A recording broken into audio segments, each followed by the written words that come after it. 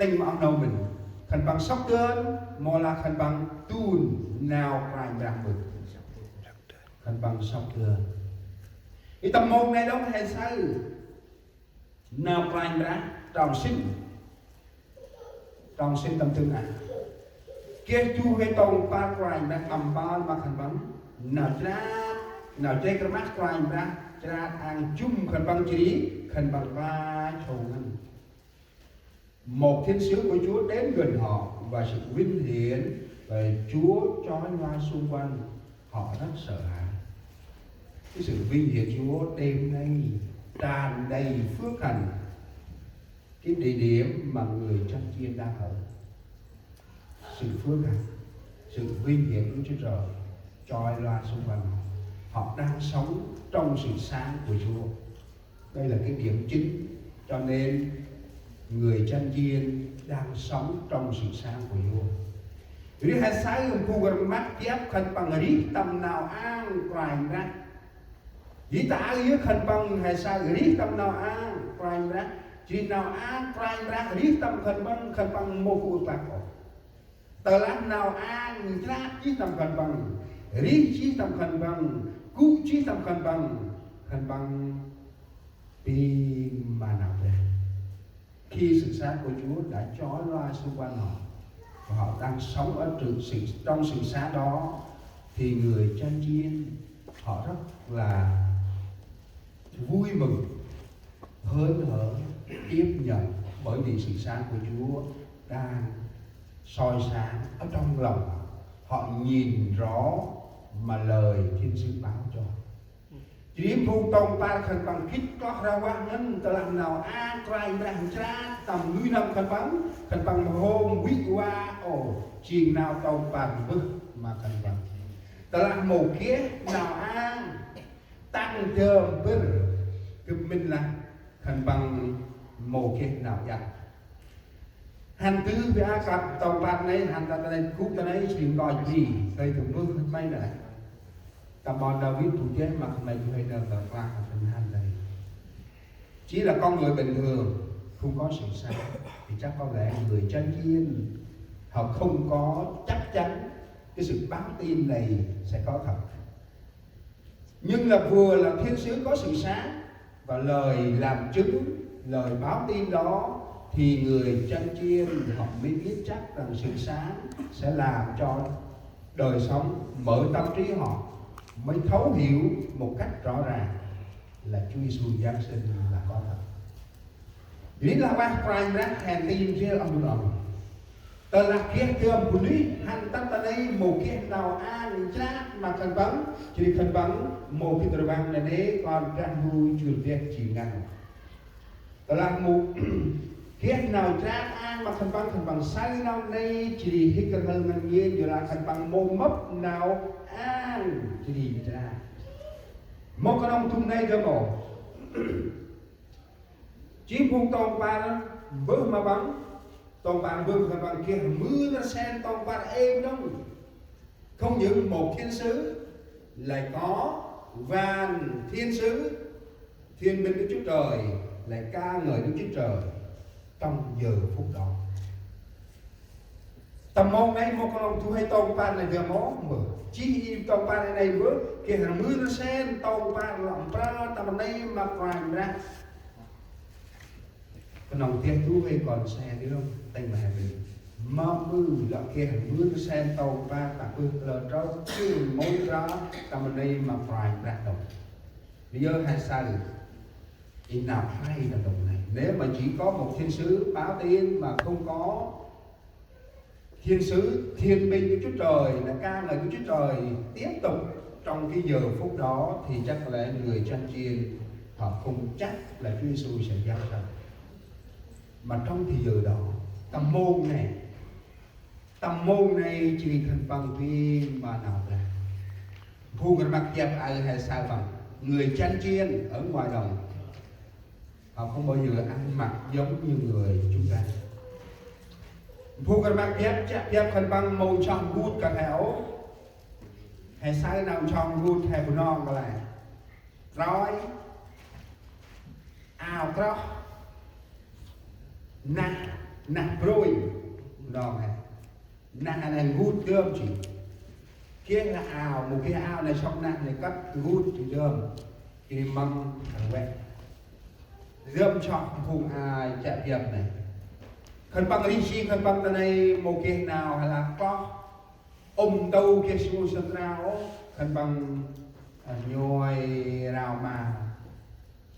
là khẩn bằng này chỉ rằng đủ đâu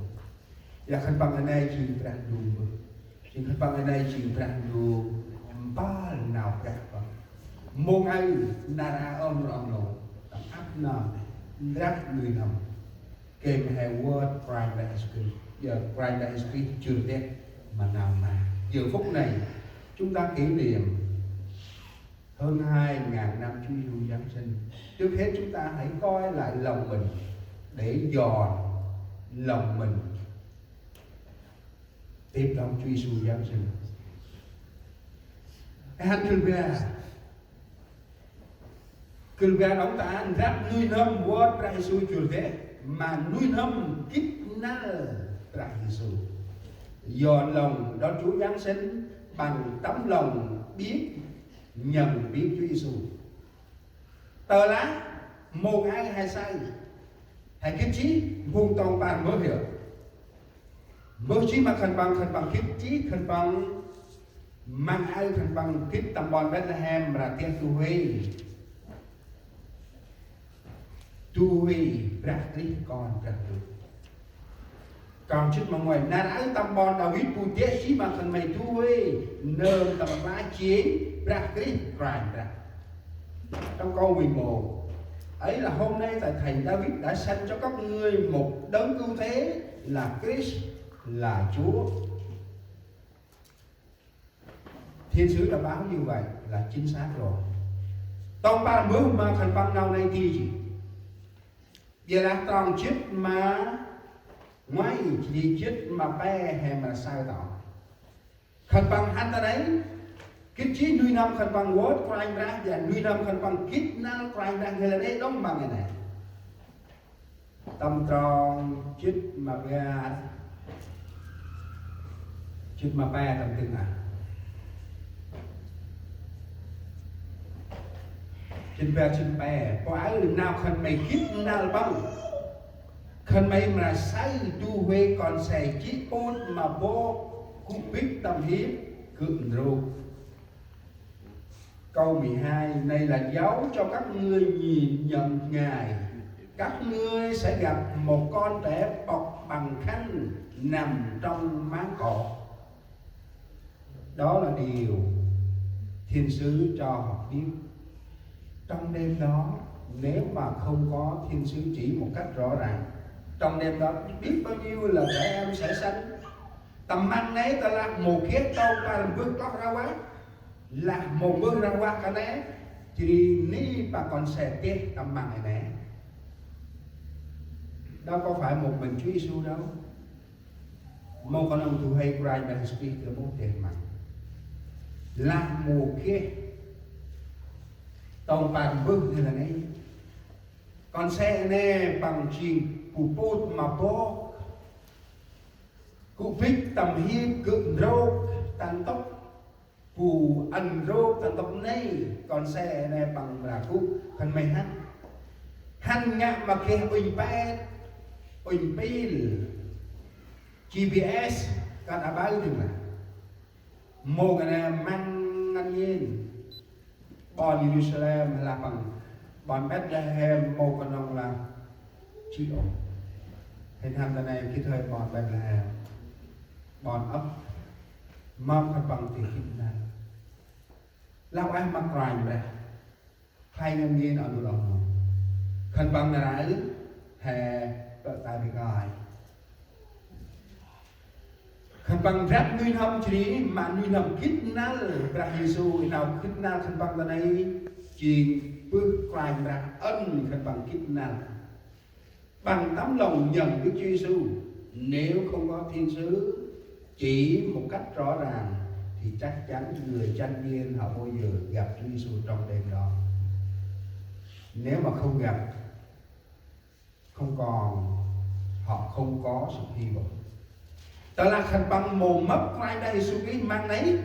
khăn bằng một cái nào cặp cần thì lẽ nào hé cả kiếp nào quay với suy chưa trên là đấy chiên thường thì không. Nếu mà người chân chiên trong đêm đó không gặp Chúa Giêsu thì mỗi năm các hội thánh không có chúng ta làm kỷ niệm mừng Chúa Giêsu mỗi năm là khăn bằng màu xanh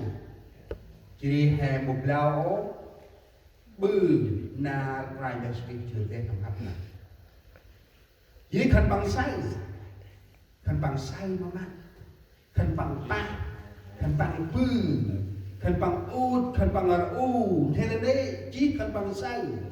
khăn bằng màu cũng đặc bằng khăn bằng lòng ước mà cũng em đó là mắt thấy tay sờ Chúa Giêsu giáng sanh lại. Cho nên người chăn chiên họ có sự hy vọng. Không những người chăn chiên mà cả hội thánh trên thế giới, con cái Chúa trên thế giới ngày hôm nay được có sự hy vọng bởi Chúa Giêsu chúng ta giáng sanh là thật. Không phải tại Bethlehem nhưng trong lòng của người chăn chiên. Một cái ông ta bọn Bethlehem đưa một gì đó một nấy nà này khăn bằng kít thế đấy quay về suy trường thế tầm núi hấp phú mắc kia thì khăn bằng má khăn bằng tầm nấy mặc lại ra khăn bằng bưng gói nào này giờ tì khăn bằng ba mặc khăn bằng xanh thì khăn bằng má tầm núi nào rom quay ra nal quay ra này là nê ngân tầm mồm này chân chân nu có ông nuôi ông nô phun cho này là đấy anh hé rắc nuôi nâm what ra suy nghĩ chưa thế mà nuôi nâm kích nát là ô hé rắc nuôi nâm hè mà rắc nơ hè quên rắc và nuôi nâm ai không ai không nuôi nâm ai cho nuôi nâm ai đi chiên cả ông. Đừng có chúng ta dọn lòng đó Chúa Giáng sanh mà trong lòng chúng ta chưa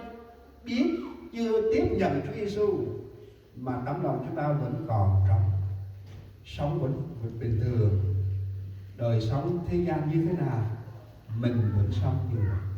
Nàng tu mong đi cướp ắt đi cận này, nàng tu mong cụ ngào cào xài cướp ắt cụ ngào cào xài cận này. Một anh là ông nổ anh hé rắc nuôi nâm vợ trò privacy chưa thế anh kít nal privacy chưa thế để này tầm nuôi nâm hay đông một là một sai quay mỗi người chúng ta coi lại lòng mình chúng ta ngày hôm nay dọn lòng để đón ngày Chúa Giêsu Giáng sinh một cách đặc biệt và nhận biết Chúa Giêsu đang sống ở trong lòng chúng ta hay là chúng ta thường làm mỗi năm. Chân chân chúng ta hay mà lại vô phù cho ông hầu hay.